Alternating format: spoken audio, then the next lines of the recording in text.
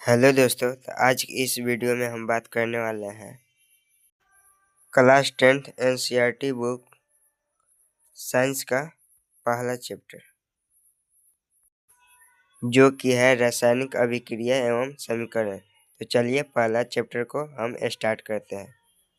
तो देखिए, रासायनिक अभिक्रिया एवं समीकरण। तो हमारा हेडिंग है पहला कि रासायनिक अभिक्रिया यानी रासायनिक अभिक्रिया किसे कहते हैं। तो रासायनिक अभिक्रिया वे पदार्थ हैं जिनमें दो या दो से अधिक पदार्थ मिलकर नए गुणधर्म वाले नए पदार्थ का निर्माण करता है, उसे रासायनिक अभिक्रिया कहते हैं। जैसे कि उदाहरण में देख लीजिए दोस्तों, H2 प्लस O2 यानी H2O।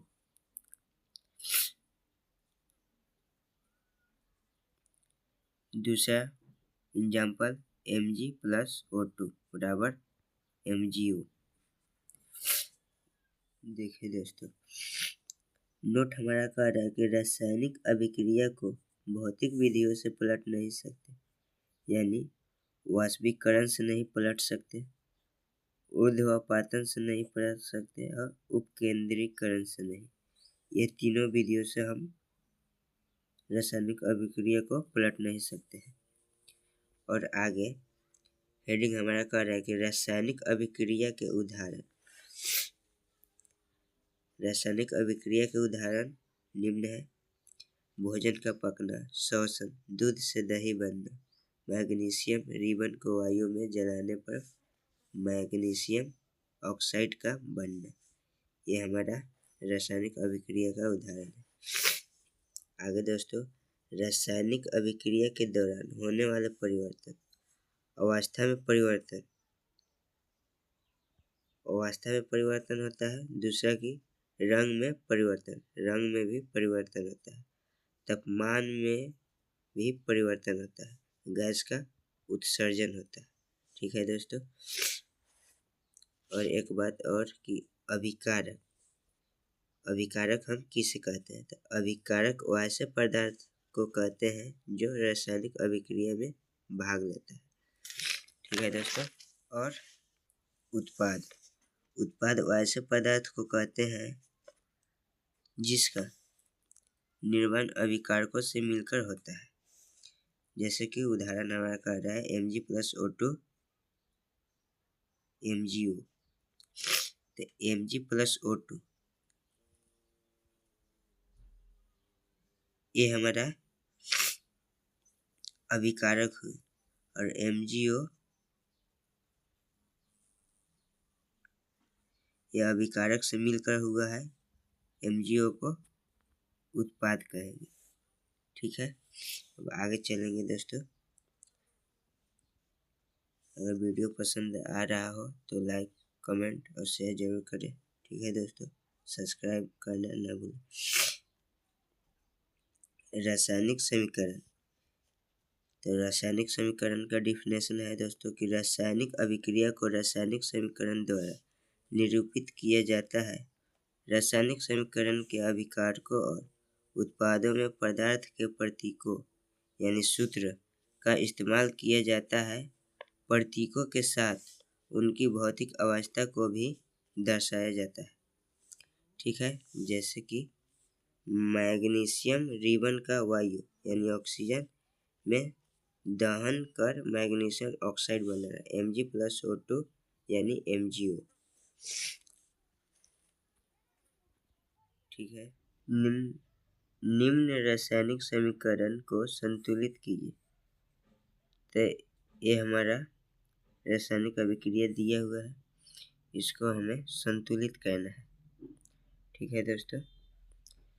तो हम सबसे पहले देखेंगे कि कौन कितना है। तो H हमारा एक है, कुछ नहीं है तो क्या है, एक है। और N भी हमारा एक है। और O यानी ऑक्सीजन कितना है दोस्तों, 3। तो 3 है। ये हमारा हो गया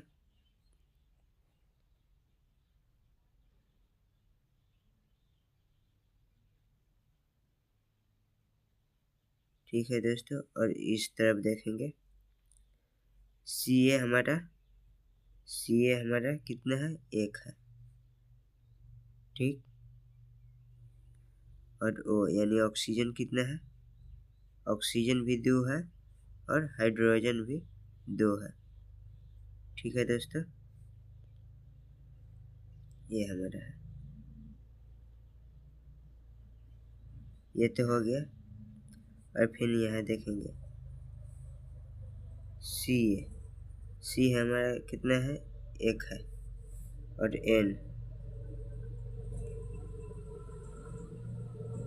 N हमारा कितना है दोस्तों,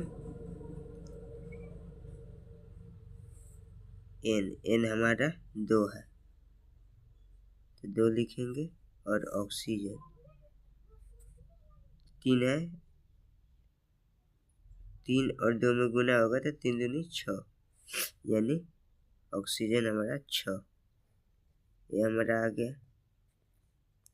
और इसमें देखेंगे तो H हमारा 2 है, हाइड्रोजन और ऑक्सीजन 1, ठीक है दोस्तों। तो हमें संतुलित करना है, यानी बैलेंस, दोनों तरफ बराबर। तो हमें दोनों तरफ बराबर करने के लिए तो दोस्तों इस साइड में हमारा ऑक्सीजन कितना है, 6 और 1 7। इस साइड में हमारा ऑक्सीजन 7 है और इसमें ऑक्सीजन 3 2 5 है, यानी हम इसमें 2 से गुना कर देंगे, मल्टीप्लाई कर देंगे। तो 2 से गुना करने पर हाइड्रोजन हमारा 2 हो जाएगा और नाइट्रोजन भी 2 और 3 दूनी 6, 6 2 8 हो जाएगा। और इधर में 7 है ऑक्सीजन, इसलिए 2 से इसमें भी मल्टीप्लाई कर देंगे। तो अब देखो दोस्तों, यानी HN इसमें 2 से मल्टीप्लिकेशन कर दिए और इसमें 2 से, ठीक है। तो 2 हाइड्रोजन और 2 यहाँ, 4 इधर हाइड्रोजन हो गया। तो 2 दूनी 4, इधर भी हाइड्रोजन, या हाइड्रोजन बैलेंस हो गया। अब नाइट्रोजन, तो नाइट्रोजन 2 हमारा हो गया, इधर में भी नाइट्रोजन 2 है, ये भी बराबर हो गया। ऑक्सीजन 3 दूनी 6 और 2 8, 8 ऑक्सीजन इधर है, तो ये साइड में भी ऑक्सीजन 8 होना चाहिए। तो 3 दूनी 6 और 2 8, इधर भी बैलेंस हो गया, यानी इस तरह ये हमारा बैलेंस हो गया। इसी प्रकार आप लोग बैलेंस बनाना सीखिएगा। ये हमारा बैलेंस हुआ, ये हमारा समीकरण संतुलित हो गया, ठीक है दोस्तों। अब दूसरा देखेंगे, बी हमारा कह रहा है कि BaCl2 plus H2SO4 hyphen BaSO4 plus HCl, ये हमारा संतुलित इसको करना है। तो देखेंगे Ba हमारा कितना है, 1 है। Cl हमारा 2 है, ठीक है दोस्तों, ये तो हो गया। अब देखेंगे H2SO4, H हमारा कितना है, हाइड्रोजन यानी 2, और S कितना है, 1, और O यानी ऑक्सीजन 4 हमारा है। ये हो गया दोस्तों। और Ba यहाँ हमारा कितना है, 1 है, S भी 1 है और O यानी ऑक्सीजन 4 है, ठीक है, ये तो हो गया।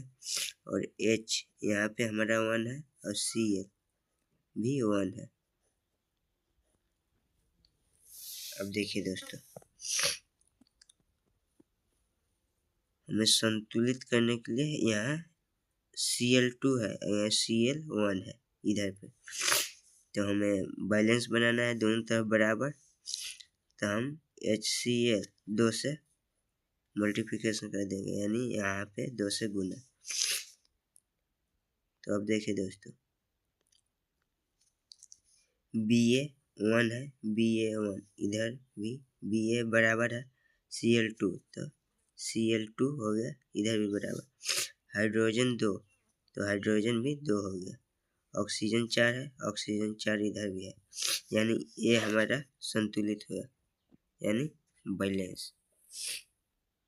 ठीक है दोस्तों, बच गए तीसरा question, NaOH plus H2SO4 hyphen Na2SO4 plus H2O।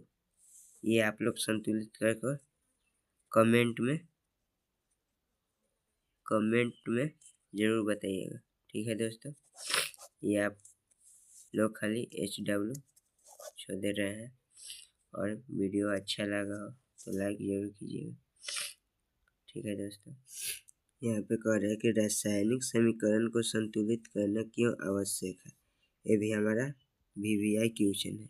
ठीक है दोस्तों, ये आप लोग जरूर याद कर लीजिएगा या ध्यान से पढ़ लीजिएगा। तो देखिए कि संतुलित करना क्यों आवश्यक है। रासायनिक अभिक्रिया के पहले अभिकारक एवं उसके बाद उत्पाद होता है। प्रत्येक पदार्थों के परमाणुओं की संख्या बराबर होनी चाहिए, यानी दोनों तरफ परमाणु की संख्या बराबर होना चाहिए, और इससे दोनों तरफ द्रव्यमान भी बराबर हो जाएंगे। जब परमाणु संख्या बराबर करेंगे तो द्रव्यमान संख्या भी ऑटोमेटिक बराबर हो जाएंगे। ठीक है दोस्तों, रासायनिक अभिक्रिया के प्रकार। रासायनिक अभिक्रिया के 5 प्रकार के होते हैं मुख्यतः। पहला संयोजन अभिक्रिया, दूसरा वियोजन अभिक्रिया, तीसरा विस्थापन अभिक्रिया, चौथा विस्थापन अभिक्रिया, द्विविस्थापन अभिक्रिया, पांचवा अपचयन और उपचयन यानी रेडॉक्स अभिक्रिया। ठीक है दोस्तों, पहला संयोजन अभिक्रिया। इस अभिक्रिया में 2 या 2 से अधिक अभिकारक मिलकर एक उत्पाद का निर्माण करते हैं। ठीक है दोस्तों, उदाहरण में जैसे कि कोयला का दहन C+O2, ये 2 अभिकारक मिलकर एक उत्पाद का निर्माण कर रहे हैं CO2। दूसरा हमारा है वियोजन अभिक्रिया। एक अभिक्रिया टूटकर 2 या 2 से अधिक उत्पाद में बदल जाता है तो उसे ही वियोजन अभिक्रिया कहते हैं। क्या कहते हैं दोस्तों? वियोजन अभिक्रिया। जैसे कि उदाहरण में है CaCO3 ऊष्मा द्वारा CaO प्लस CO2 में ये टूट गया, यानी एक अभिकारक से 2 उत्पाद का निर्माण हुआ। वियोजन अभिक्रिया भी 3 प्रकार का होता है। पहला ऊष्मीय वियोजन, विद्युत वियोजन, तीसरा प्रकाशीय वियोजन। तो देखेंगे दोस्तों कि पहला कि ऊष्मीय वियोजन किसे कहते हैं। अभिकारक का ऊष्मा गर्मी द्वारा किया गया वियोजन को ऊष्मीय वियोजन कहते हैं, यानी CaCO3 को ऊष्मा द्वारा यानी ऊष्मीय वियोजन द्वारा हम तोड़ दिए CaO प्लस CO2 में। ठीक है दोस्तों, दूसरा विद्युत वियोजन। विद्युत धारा प्रभावित होने के कारण होने वाला वियोजन को ही विद्युत वियोजन कहते हैं। यानी उदाहरण है 2H2O विद्युत धारा द्वारा टूटा 2H2O प्लस O2 में। ठीक है दोस्तों, और तीसरा हमारा है प्रकाशीय वियोजन। तो सूर्य के प्रकाश की उपस्थिति में होने वाले वियोजन को ही प्रकाशीय वियोजन कहते हैं।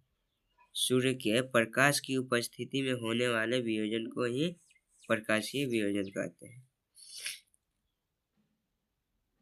ठीक है दोस्तों, प्रकाश द्वारा टूटे हुए वियोजन को प्रकाशीय वियोजन कहते हैं। ब्लैक एंड वाइट फोटोग्राफी में प्रकाशीय वियोजन का उपयोग किया जाता है। ये आप लोग नोट कर लीजिएगा। ठीक है दोस्तों, ये नोट कर लीजिएगा।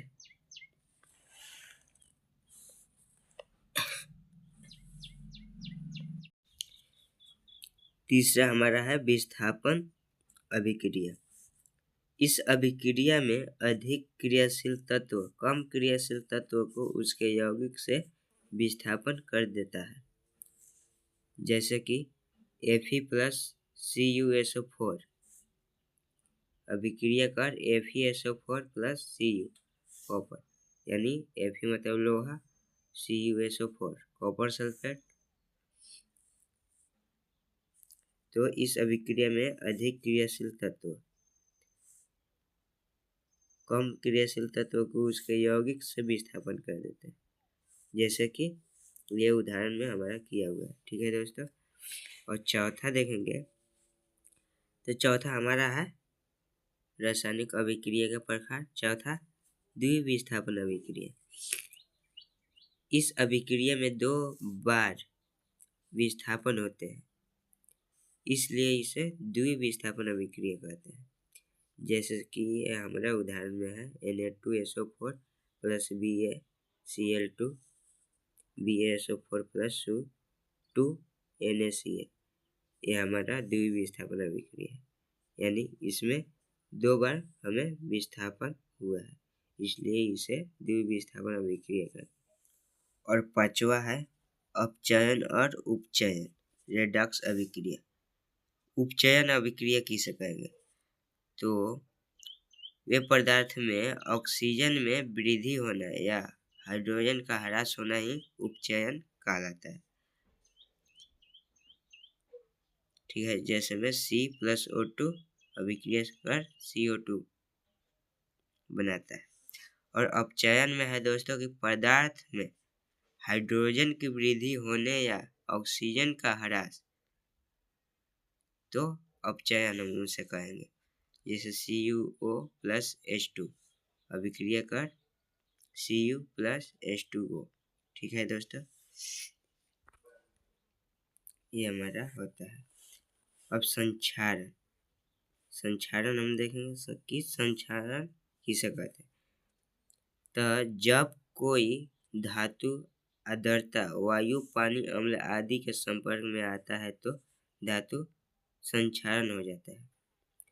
वायु पानी अम्ल आदि के संपर्क में आने से धातु का संचारण हो जाता है। ठीक है दोस्तों, जैसे कि उदाहरण हमारा है लोहा पर जंग लगना, चांदी यानी सिल्वर पर काली परत चढ़ना, तांबे पर हरी परत चढ़ना, ये हमारा संचारण का उदाहरण है।